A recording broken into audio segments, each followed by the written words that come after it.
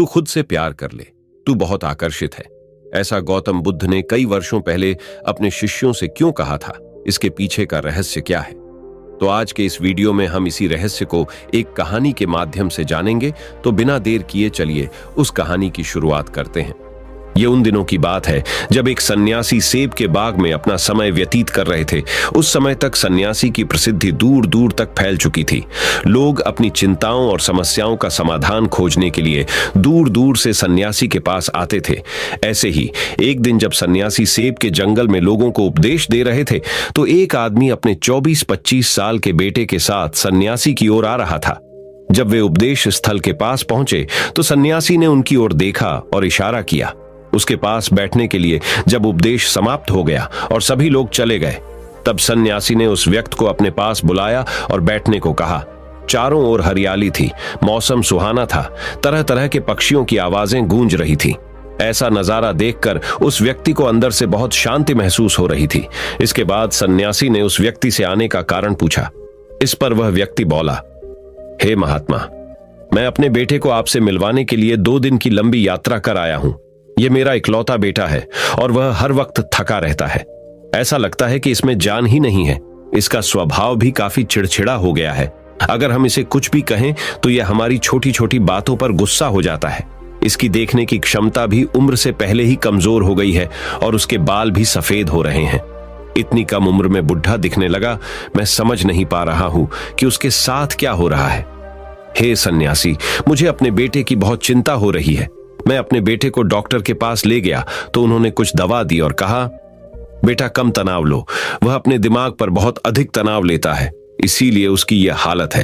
लेकिन उन्होंने बहुत समझाने के बाद भी मुझे तनाव का मतलब समझ नहीं आया। मुझे नहीं पता कि तनाव क्या है, इसका कारण क्या है और इसे कैसे दूर किया जाए मेरे बेटे के मन की। लेकिन सबसे पहले मुझे यह समझना होगा कि तनाव क्या है, इसलिए मैं आपके पास आया हूं। सन्यासी, कृपया मेरी समस्या का समाधान करे। यह सुनकर सन्यासी ने उनके बेटे को बहुत ध्यान से देखा। उसके चेहरे को देखा, उसकी आंखों को देखा, फिर उसके हाथों की नाड़ी भी जांची।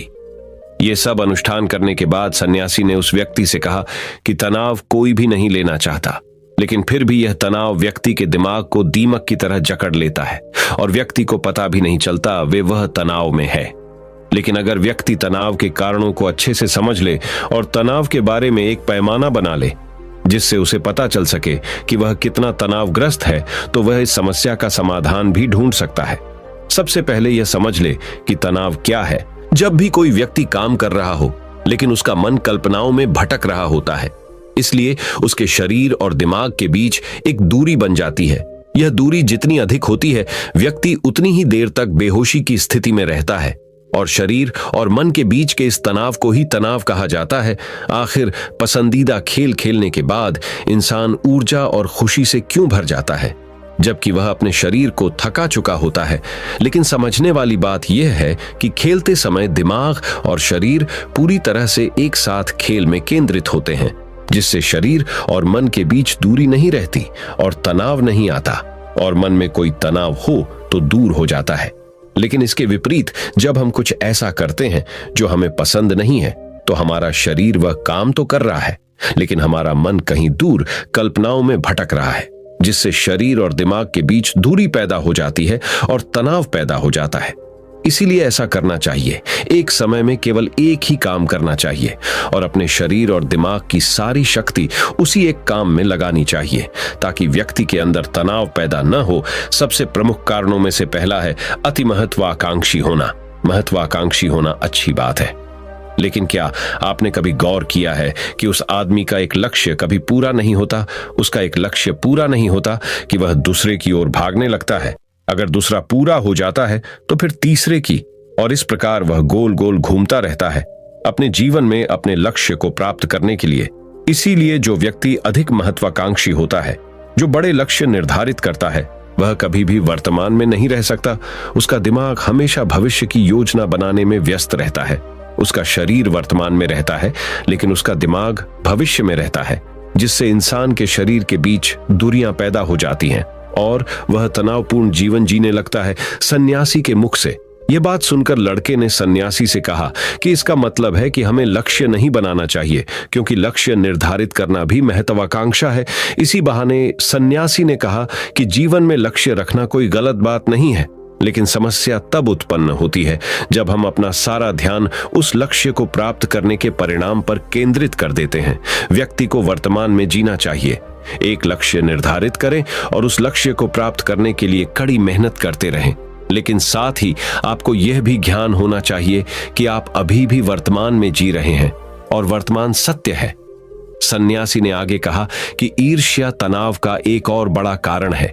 जब कोई व्यक्ति ईर्ष्या और ईर्ष्या से भर जाता है तो उसका मन अंदर ही अंदर सड़ने लगता है। ईर्ष्या एक आंतरिक घाव है, यानी मन का घाव। इंसान के शरीर का घाव तो ठीक हो सकता है, लेकिन मन का घाव कभी नहीं भर सकता। इसलिए कभी भी दूसरों की उन्नति और खुशी से ईर्ष्या नहीं करनी चाहिए, क्योंकि ईर्ष्या तनाव का कारण बनती है। इसके बाद सन्यासी ने तनाव का अगला कारण बताया और कहा कि अरुचिकर काम भी मन में तनाव पैदा करता है। जो काम हमें करना पसंद नहीं है, उस काम में हमारा मन नहीं लग पाएगा, हमारा शरीर वहीं बैठ जाएगा। लेकिन हमारा मन कल्पना की उड़ान भरता है, जिससे शरीर और मन के बीच दूरी पैदा हो जाती है और व्यक्ति तनावग्रस्त हो जाता है। इसलिए व्यक्ति को हमेशा अपनी रुचि के अनुसार ही कार्य करना चाहिए। यदि व्यक्ति ने यह तय कर लिया है कि उसे कौन सा काम करना है और वह उसी काम को अपने जीवन का लक्ष्य बना लेता है, तब वह काम उसके लिए काम नहीं बल्कि खेल बन जाता है। लेकिन दोस्तों, अपने जुनून को फॉलो करो। ये कहना कितना आसान है, अपना सच्चा जुनून ढूंढना कितना मुश्किल है, क्योंकि आजकल ज्यादातर युवा सेलिब्रिटीज और सोशल मीडिया से प्रभावित हैं। वे किसी भी काम को अपना जुनून मानते हैं और फिर कुछ दिनों तक कोशिश करने के बाद उसे बीच में ही छोड़ देते हैं, क्योंकि यह उनका जुनून नहीं था। और इस तरह वे अपना कीमती समय और ऊर्जा बर्बाद करते हैं। तनाव का चौथा कारण है दूसरों से अपेक्षा करना। सन्यासी ने उस व्यक्ति की ओर इशारा करते हुए कहा, एक पिता के रूप में तुम्हें अपने बेटे से बहुत सारी उम्मीदें होंगी कि आपका बेटा बहुत सफल इंसान बने, आपका नाम रोशन करे और जैसा जीवन चाहे वैसा जिए, आपकी हर बात माने। लेकिन क्या आज तक किसी की भी उम्मीदें पूरी हुई हैं? जब भी कोई व्यक्ति दूसरे से कुछ अपेक्षा करने लगता है तो वह अनजाने में तनाव पैदा करना शुरू कर देता है। खुद के लिए जरा सोचिए, अगर आपका बेटा आपके मुताबिक काम नहीं कर रहा है और वह वैसा नहीं बन रहा है जैसा आप उसे बनाना चाहते हैं, तो निश्चित तौर पर तनाव आपके दिमाग पर हावी हो जाएगा। आप तनावपूर्ण जीवन जीने लगेंगे और इस तनाव में आप इस तरह व्यवहार और बातचीत करेंगे कि आपके अपने बेटे के साथ संबंध बद से बदतर होते चले जाएंगे। इसलिए व्यक्ति को दूसरों से अपनी क्षमता से कम उम्मीदें रखनी चाहिए। और अगर आप पूरी तरह से तनाव मुक्त रहना चाहते हैं तो दूसरों से उम्मीद करना बंद कर दें। इसके बाद सन्यासी ने कहा कि शारीरिक कष्ट भी मनुष्य के तनाव का एक कारण है। जब कोई व्यक्ति किसी शारीरिक दर्द से गुजर रहा होता है तो उसका पूरा ध्यान उस दर्द पर होता है और वह सारा दिन बस अपने दर्द के बारे में ही सोचता रहता है, जिससे उसका मन दुखद विचारों से भर जाता है और ऐसे में व्यक्ति तनावग्रस्त रहने लगता है। ये सब सुनकर वह व्यक्ति बोला कि हे सन्यासी, शारीरिक कष्ट किसी भी व्यक्ति को हो सकता है, तो क्या वह व्यक्ति जीवन भर तनाव में रहेगा? इसका उत्तर देते हुए सन्यासी ने कहा कि मनुष्य को यह समझना चाहिए कि हमारा जीवन दुख का आधार है। जैसे जैसे हमारा जीवन चलता है, बीमारियां आती हैं और फिर अंत में मृत्यु आती है। इसलिए बीमारियां मानव जीवन का अभिन्न अंग है। इससे कोई नहीं बच सकता। यह बस किसी के जीवन में समय से पहले आता है और किसी के बाद आता है, लेकिन सबके पास आता है। जब मानव मस्तिष्क इस बात को अच्छी तरह से समझ जाएगा तो तब उसे अपनी बीमारी के बारे में सोचकर ज्यादा तनाव नहीं लेना चाहिए, क्योंकि यह हमारे जीवन का अभिन्न अंग है और इसके लिए शारीरिक व्यायाम का अभ्यास करते रहना चाहिए और स्वस्थ जीवन शैली को भी अपने जीवन में जगह देनी चाहिए, जिससे उनका शरीर लंबे समय तक स्वस्थ रहकर ठीक से काम कर सके। तनाव का अगला कारण है अपनी योजनाओं को समझने के लिए समय न देना। कुछ लोगों के मन में यह विचार घर कर जाता है कि वे बिना सोचे समझे उस पर काम शुरू कर देते हैं और जब उन्हें उस काम में असफलता मिलती है तो वे तनाव से भर जाते हैं, क्योंकि उन्होंने उस काम को शुरू करने से पहले उस काम के बारे में पूरी जानकारी इकट्ठा नहीं की थी। किसी भी कार्य को शुरू करने से पहले व्यक्ति को उसके अच्छे और बुरे परिणाम के बारे में ठीक से विचार कर लेना चाहिए। व्यक्ति को यह भी अच्छे से सोचना चाहिए कि यदि यह योजना सफल नहीं हुई तो इसके बाद मैं क्या करूंगा। इसलिए व्यक्ति को अपनी योजनाओं को समझने के लिए पूरा समय देना चाहिए, ताकि बाद में वही योजना तनाव पैदा न कर दे। तनाव का 7वां सबसे बड़ा कारण टालमटोल है। आज का काम कल पर डाल देना। आपने यह कहावत तो सुनी ही होगी कि आलस्य मनुष्य का सबसे बड़ा दुश्मन है। मनुष्य अपने आलस्य के कारण आज के काम को कल पर टाल देता है और फिर टालना उसकी आदत बन जाती है। टाल मटोल करने वाले का काम कभी भी समय पर पूरा नहीं होता है, और अगर किसी कारण से हो भी जाता है तो उतना अच्छा नहीं होता जितना हो सकता था, और फिर ये बात इंसान के अंदर तनाव पैदा करती है। लेकिन आखिरी समय पर टालना या ना करना एक आदत है, इसलिए न चाहते हुए भी व्यक्ति बार बार इस आदत का शिकार हो जाता है और फिर काम को टालता रहता है, और फिर जब काम की समय सीमा नजदीक आ जाती है तो वह उस काम को पूरा करने की कोशिश करता है। इसलिए तनाव मुक्त रहने के लिए व्यक्ति को काम को टालने की आदत को छोड़ना होगा, और यह तभी संभव है जब लोग काम को समय से पहले पूरा करने का प्रयास करेंगे।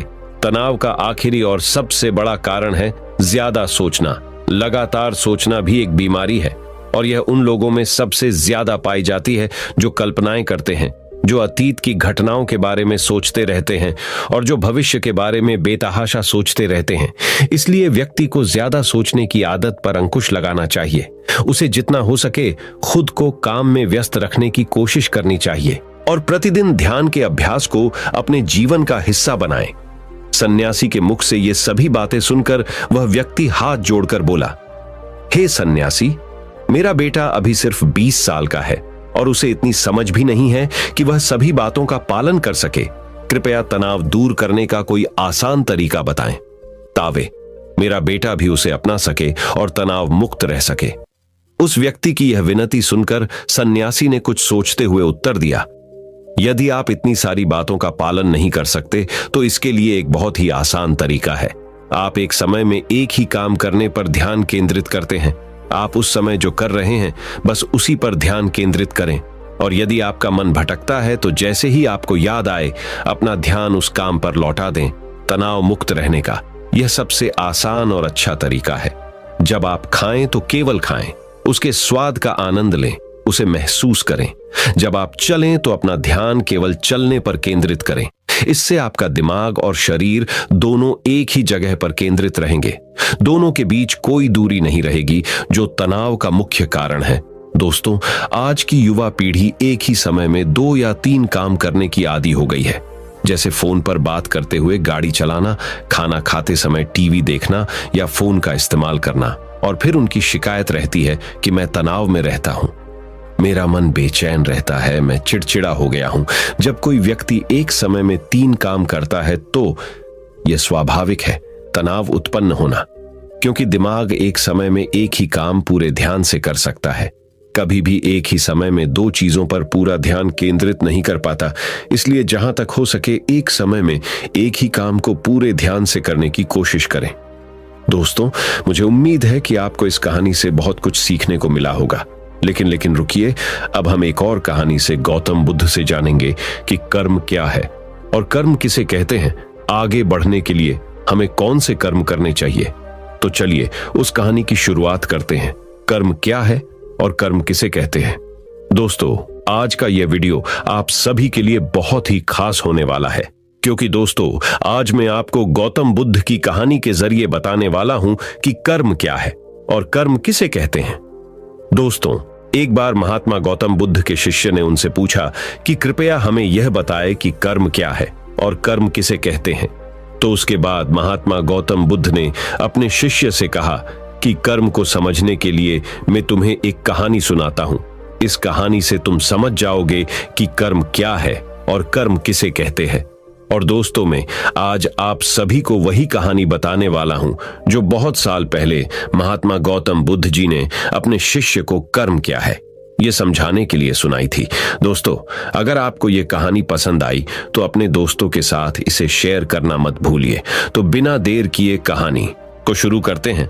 दोस्तों, बुलंद शहर का एवक राजा था जो अपने मंत्री के साथ घोड़े पर बैठकर अपने राज्य का भ्रमण कर रहा था। राज्य का भ्रमण करने के बाद राजा एक दुकान के पास रुक गया, और रुकने के बाद राजा ने अपने मंत्री से कहा कि मंत्री जी, मालूम नहीं क्यों, लेकिन मुझे लगता है कि इस दुकानदार को कल के कल फांसी की सजा सुना दूं। और मुझे इसे मृत्यु दंड देने की इच्छा हो रही है। उसके बाद मंत्री जी राजा से इसका कारण पूछ पाते, इससे पहले राजा उससे आगे निकल गए। मंत्री ने इसका कारण पता करने के लिए अगली सुबह अवतार बदलकर आम जनता का रूप धारण करके उस दुकानदार के पास पहुंचा। और वैसे तो दुकानदार चंदन की लकड़ियां बेचने का काम करता था। इसके बाद मंत्री जी ने दुकानदार से पूछा कि भाई आपका काम कैसे चल रहा है। उसके बाद दुकानदार ने कहा कि भाई बहुत ही बुरा हाल चल रहा है। लोग दुकान पर आते हैं, चंदन को सूंघते हैं और फिर उसकी प्रशंसा तो बहुत करते हैं, लेकिन खरीदता तो कोई भी नहीं। और उसने आगे बताया कि मैं सिर्फ इसी इंतजार में हूं कि कब हमारे राज्य के राजा की मृत्यु हो जाए और उनके अंतिम संस्कार के लिए मेरे दुकान से बहुत सारी चंदन की लकड़ियां खरीद लिया जाए और शायद वहां से मेरे चंदन की लकड़ियां बेचने के व्यापार में थोड़ी बढ़ोतरी हो जाए और मेरा व्यापार भी अच्छा हो जाएगा। दोस्तों, इसके बाद मंत्री को सब बात समझ में आ गई कि यही वो नेगेटिव यानी नकारात्मक विचार है जिसने राजा के मन को भी नकारात्मक बना दिया है। दोस्तों, वह मंत्री बहुत ही बुद्धिमान और होशियार था, तो इसीलिए उसने सोचा कि मैं थोड़ी बहुत इस दुकानदार से चंदन की लकड़ियां खरीद लेता हूं। और उसके बाद उस मंत्री ने उस दुकानदार से पूछा कि क्या मैं आपके दुकान से थोड़ी बहुत चंदन की लकड़ियां खरीद सकता हूं। दुकानदार ये सुनकर बहुत खुश हो गया और उसने सोचा कि चलो, इतने समय से कुछ भी नहीं बिक रहा था। और उसके बाद उस दुकानदार ने कुछ चंदन की लकड़ियों को अच्छी तरह से पैक करके उस मंत्री जी को दे दिया। दोस्तों, उसके बाद मंत्री ने अगली सुबह राजा के दरबार में पहुंच गया और उसने राजा से कहा कि राजा, वो जो दुकानदार है ना, उसने कुछ चंदन की लकड़ियां आपके लिए तोहफे के रूप में भेजी है। ये बात सुनकर राजा बहुत खुश हुआ और मन ही मन सोचने लगे कि मैं बेकार में ही उस दुकानदार के बारे में गलत सोच रहा था। और उसने उन चंदन की लकड़ियों को हाथ में ले लिया और उसने उन चंदन की लकड़ियों को बहुत ही अच्छी तरह से सूंघ लिया और उसमें से बहुत ही अच्छी सुगंध आ रही थी। दोस्तों, राजा इससे बहुत ही ज्यादा खुश हुए और उसके बाद राजा ने अपने मंत्री के हाथों उस दुकानदार के लिए कुछ सोने के सीखे भेज दिए गए। उसी आम जनता का रूप धारण करके मंत्री जी अगली सुबह उस दुकानदार के पास चले गए और उसने वह सोने के सीखों को उस दुकानदार को दे दिया। दोस्तों, उसके बाद दुकानदार बहुत खुश हुआ और मन ही मन उसने सोचा कि मैं बेवजह अपने राज्य के राजा के बारे में गलत सोच रहा था। राजा तो बहुत ही ज्यादा दयालु है। और यहीं पर महात्मा गौतम बुद्ध जी ने कहानी को खत्म किया। ये कहानी जब खत्म हुई तब गौतम बुद्ध ने अपने शिष्यों से कहा कि अब आप बताएं कि कर्म क्या होता है। तब गौतम बुद्ध जी के सभी शिष्यों ने जवाब देते हुए कहा कि शब्द ही हमारे कर्म होते हैं और हम जो भी काम करते वही हमारे कर्म होते हैं और जो हमारी भावनाएं होती हैं वही हमारे कर्म होते हैं। महात्मा गौतम बुद्ध जी के सभी शिष्यों के जवाब को सुनने के बाद महात्मा गौतम बुद्ध ने कहा कि आपके विचार ही आपके कर्म हैं। अगर आपने अपने खुद के विचारों पर नियंत्रण पाना सीख लिया तब आप एक महान इंसान बन जाते हैं। जब आप अच्छा सोचते हैं तब आपके साथ अच्छा ही होता है और वो होता ही रहेगा। दोस्तों, इसीलिए मैं भी कहना चाहूंगा कि अगर आप अच्छा सोचोगे तो दूसरे लोग भी अपने आप आपके बारे में अच्छा सोचने लग जाएंगे। दोस्तों, अगर आप चाहे कि यह महात्मा गौतम बुद्ध जी की बातें और लोगों तक भी पहुंचे तो कर्म क्या है और कर्म किसे कहते हैं, इस लाइफ चेंजिंग वीडियो को अपने दोस्तों के साथ जरूर शेयर कीजिए। और ये कहानी आपको पसंद आई होगी तो नीचे कमेंट बॉक्स में कमेंट करके हमें जरूर बताएं कि ये कहानी आपको कैसी लगी। और हमारे चैनल को सब्सक्राइब करना ना भूले। इस वीडियो को देखने के लिए आपका बहुत बहुत धन्यवाद। नमो बुद्धाय।